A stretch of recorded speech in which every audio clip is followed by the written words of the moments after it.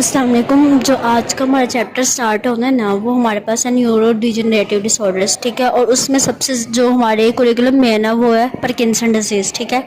अब neuro degenerative disorders में क्या होता है, हमारे जो ब्रेन के न्यूरॉन्स होते हैं ना, वो कम हो जाते हैं, ठीक है। उनमें डेफिशिएंसी हो जाती है, जिसकी वजह से हमारे पास क्या होता है, कोऑर्डिनेशन और मूवमेंट वगैरह में हम लोगों को प्रॉब्लम्स होती हैं।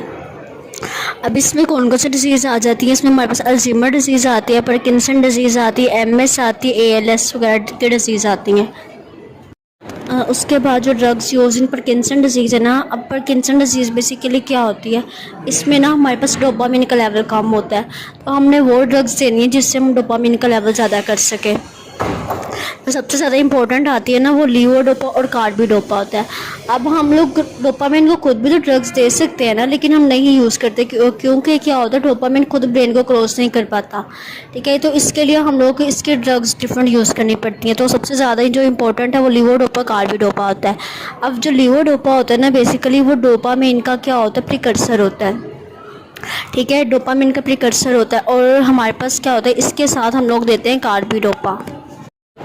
अभी ना हम कार्बिडोपा इसलिए देते हैं, पेरिफ्री के अंदर जो होते हैं ना लीवोडोपा, अगर मेटाबोलाइज हो जाए, ठीक है, तो उससे बचाने के लिए हम लोग उसको देते हैं कार्बिडोपा, ताकि वो ब्रेन में ही जाके मेटाबोलाइज हो। अब इसका सिंपल सा मैकेनिज्म ऑफ एक्शन ये है, डोपामिन जो होता है ना, वो खुद तो ब्रेन को क्रॉस नहीं कर पाता ना सीएनएस को, जिसकी वजह से हम लीवोडोपा देते हैं। और जो लीवोडोपा होता है ना, वो सीएनएस में ज़्यादा ट्रांसपोर्ट होता है और वहाँ से डोपामिन में कन्वर्ट हो जाता है। इसको कार्बिडोपा में देने का पर्पज़ ये होता है कि जो ये ड्रग होती है ना हमारे पास लीवोडोपा, पेरिफेरी के अंदर ही डीकार्बोक्सिलेटेड हो जाती है डोपामिन में। तो इससे बचाने के लिए हम लोग क्या करते हैं, इसको साथ कार्बिडोपा देते हैं। समझ आ गई, लीवोडोपा भी क्यों देते हैं, कार्बिडोपा भी क्यों देते हैं, दोनों को एक साथ ही देते हैं।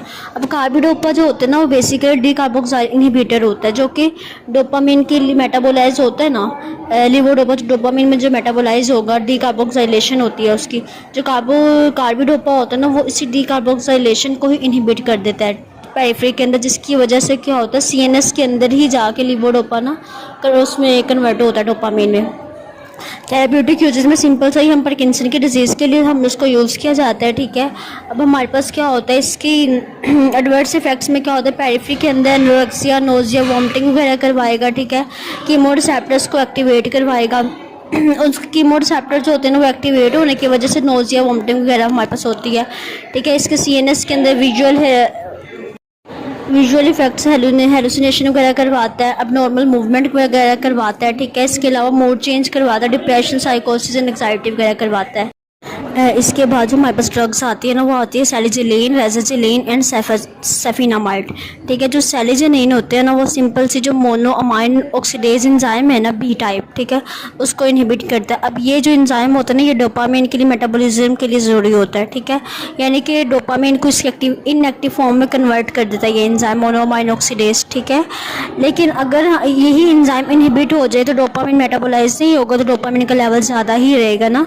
अभी हम मोनो अमाइन ऑक्सीडेज के जो टाइप ए होते हैं ना, वो हमारे पास नॉन एपिनेफ्रिन वगैरह की मेटाबॉलिज्म करवाती है, ये उसको इनहिबिट नहीं करता, ये सिंपल से टाइप बी को इनहिबिट करता है। इसके बाद हमारे पास आ जाते हैं रेज़ाजिलिन। ये क्या करवाता है, बेसिकली जो मोनोअमाइन ऑक्सीडेज टाइप बी को ही इनहिबिट करवाता है, ठीक है, ब्रेन के अंदर। और जिसकी वजह से क्या होता है, ये इरिवर्सिबल होता है, इरिवर्सिबल तौर पर इसको इनहिबिट करवा देता है। उसके बाद हमारे पास जो होता है ना, जो सैलिजिलिन होता है ना, ये बेसिकली मेटाबोलाइज होता है किसके, एम्फीटामिन के अंदर। लेकिन अगर इसकी बात की जाए ना, रेज़ाजिलिन की, ये मेटाबोलाइज नहीं होता है। अब जो सफिनामाइड होता है, ये भी monoamine oxidase type B को ही इनहिबिट करवाता है, ठीक है। इसको हम लोग लीवोडोपा कार्बिडोपा के साथ देते हैं, ताकि जो मेटाबॉलिज्म होता है ना, ज़्यादा अच्छे से हम लोग को मिल जाए। कैटेकोल और मिथाइल ट्रांसफरेज इनहिबिटर बेसिकली ये ना लीवोडोपा की मेटाबॉलिज्म के लिए ज़रूरी होते हैं, ठीक है। तो जब हम इस एंजाइम को इनहिबिट कर देंगे ना, तो जो हमारे पास जब हम इस एंजाइम को इनहिबिट कर देंगे ना, तो हमारे पास इसकी मेटाबॉलिज्म नहीं होगी, ठीक है। तो इसमें जो ड्रग्स आती है, एंटाकोपोन आती है, टेलकोपोन आती है, ठीक है, ये कॉम्ट को इनहिबिट कर देता है, जिसकी वजह से हमारे पास वो डोपा की जो अमाउंट होती है ना ब्रेन के अंदर ज़्यादा हो जाती है, ठीक है। अब इसके बाद इसकी फार्माकोकाइनेटिक सिंपल्स है कि ओरल अब्सॉर्प्शन बहुत अच्छी होती है, ठीक है। इसके फूड के साथ जो होती है ना इन्फ्लुएंस नहीं होती। इसकी एडवर्स इफेक्ट्स में सिंपल सा ये होता है कि क्या डायरिया, हाइपोटेंशन करवाती है, नोजिया, वॉमिटिंग वगैरह करवाती है, डिस्काइनेसिया करवाती है, हेलुसिनेशन, स्लीप डिसऑर्डर्स करवाती है बस। इसके अलावा हेपेटिक नेक्रोसिस करवाती है जो कि टैलिकोपोन्स के साथ एसोसिएट होते हैं। इसकी इस टॉक्सिसिटी की वजह से हम लोगों ने इसको एंटोकोपोन से रिप्लेस करवा दिया है। अब जो नेक्स्ट टॉपिक है ना हमारे पास वो है डोपामिन रिसेप्टर एगोनिस्ट। अब इसमें ना बेसिकली हमारे पास वो ड्रग्स आएंगी जो डोपामिन के जो रिसेप्टर्स होंगे ना जो उनको स्टिमुलेट करवाएंगे और इफेक्ट डोपामिन की तरह प्रोड्यूस करवाएंगी। जैसे हमने उन्होंने अपने फ्रेन के रिसेप्टर्स पढ़े थे या फिर एरिकमस्कोनिक रिसेप्टर्स वगैरह एगोनिस्ट है ना, बिल्कुल इसी तरह डोपामिन के भी रिसेप्टर होते हैं। तो ये उनको क्या करवाती है, उन रिसेप्टर को स्टिमुलेट करवाती है और वो इफेक्ट्स प्रोड्यूस होते हैं जो डोपामिन ने प्रोड्यूस करवाने होते हैं। इसमें हमारे पास ज़्यादा ब्रोमोक्रिप्टिन वगैरह आ जाती है, इसके अलावा रोटिकोटीन आ जाते हैं। अब इनका क्या काम होता है, ये जो ड्रग्स होते हैं ना इनका लिवोडोपा से ज़्यादा लॉन्गर एक्शन होता है ड्यूरेशन, और इनके जो इफेक्ट्स होते हैं यानी कि जो फ्लक्चुएशन वगैरह लिवोडोपा वगैरह से एसोसिएट होती है ना वो इससे कम होती हैं, ठीक है। अब इसके अलावा हमारे पास ब्रोमोक्रिप्टिन की बात की जाए ना तो ये अर्गो डेरिवेटिव होता है, लिवोडोपा की तरह ही इससे हमारे पास सिमिलैरिटी होती है, लेकिन बस ये हेलुसिनेशन वगैरह नहीं करवाता। कन्फ्यूजन, डिलीरियम, नोजिया, वॉमिटिंग वगैरह इससे नहीं पॉसिबल होती, ठीक है, नहीं करवाता। अब अगली जो चीज़ आ जाती है हमारे पास क्या होता है वो एपोमोर्फिन, प्रेमिप्रेक्सल, स्केलोपिनरोल, रोटिकोटीन, ये बेसिकली हमारे पास नॉन अर्गट आ जाती हैं। ये हमारे पास किसके लिए, हम पार्किंसन डिजीज़ के हम उसको यूज़ किया जाता है। रोपिनरोल होता है उसको हम लोग रेस्टलेस लेग सिंड्रोम में यूज़ करते हैं। प्रेमिक्सल और एनिल को हम लोग इसके लिए ओरल एजेंट्स होते हैं, ठीक है। अब एपोमोर्फिन और रोटिकोटीन होते हैं, ये हमारे पास आईवी फॉर्म में, इंजेक्टेबल फॉर्म में अवेलेबल होती हैं। एपोमोर्फिन होता है इसको हम लोग हाइपरमोबिलिटी के लिए पाकिस्तान में हम इसको यूज़ किया जाता है, ठीक है, पार्किंसन डिजीज़ के साथ। और रोटिकोटीन होती है इसको एक ही बार ट्रांसडर्मल पैच में एडमिनिस्टर किया जाता है और ये हमारे पास मोटर डेफिशिएंट पेशेंट में यूज़ किया जाता है जिनमें लिवोडोपा नहीं दे सकते हम लोग, ठीक है। उसके अलावा बस सिंपल सा यही है, ठीक है, एक आप इनके याद कर लीजिएगा कि क्या इफेक्ट्स प्रोड्यूस होते हैं। एमेंटाडाइन आते हैं ना, ये हमारे पास एक्सीडेंटली डिस्कवर हुई थी, ठीक है, और ये एंटीवायरल ड्रग होती है। अब इसके चूँकि एंटी पार्किंसन के एक्शन प्रोड्यूस हुए थे तो इसकी वजह से हम लोग इसको भी इसमें हमने पार्किंसन डिजीज़ के ट्रीटमेंट के लिए हमने इसको यूज़ करना शुरू कर दिया था।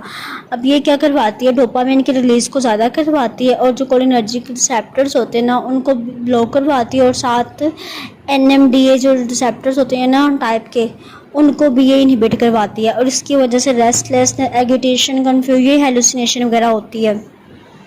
अब एंटी मस्कोनिक एजेंट्स में सिंपल से क्या होता है, इसमें ना लिवोडोपा से कम इफेक्शियस होती हैं और पार्किंसन के लिए हम लोग उसको यूज़ किया जाता है। इसमें बेंस्ट्रोपिन आ जाती है, ट्राईहेक्सीफिनाइडाइल आ जाता है। अब ये सिंपल से क्या करवाती हैं, ये हम लोगों ने लास्ट चैप्टर में पढ़ा था कि बेंस्ट्रोपिन और ट्राईहेक्सीफिनाइडाइल है ना, इसको हम लोग पार्किंसन डिजीज़ में हमने यूज़ करना है। ये जो क्या करवाती हैं, जो कोलिनर्जिक ट्रांसमिशन होती है ना उसको ब्लॉक करवा देती हैं और डोपामिन जो होते हैं ना उसके ट्रांसमिशन को ज़्यादा करवाती हैं। इस तरह से ये डोपामिन के लेवल को मेनटेन करती हैं और हम लोग इसको यूज़ करते हैं पार्किंसन डिसऑर्डर्स में। अब इसकी वजह से जो हमारे पास एडवर्स इफेक्ट्स होंगे, मूड चेंज हो सकते हैं, कन्फ्यूजन हो सकता है, जीरोसोमिया वगैरह, कॉन्स्टिपेशन वगैरह होंगे, GIT पेरिस्टाल्सिस वगैरह होगी और जो ग्लाइकोमा वगैरह के जो पेशेंट होते हैं ना उसमें कॉन्ट्राइंडिकेटेड होता है। ग्लाइकोमा में, प्रोस्टेटिक हाइपरप्लेजिया में, पाइलोरिक स्टेनोसिस के पेशेंट भी ये कॉन्ट्राइंडिकेटेड होती हैं। बस सिंपल सा यही था यहाँ तक।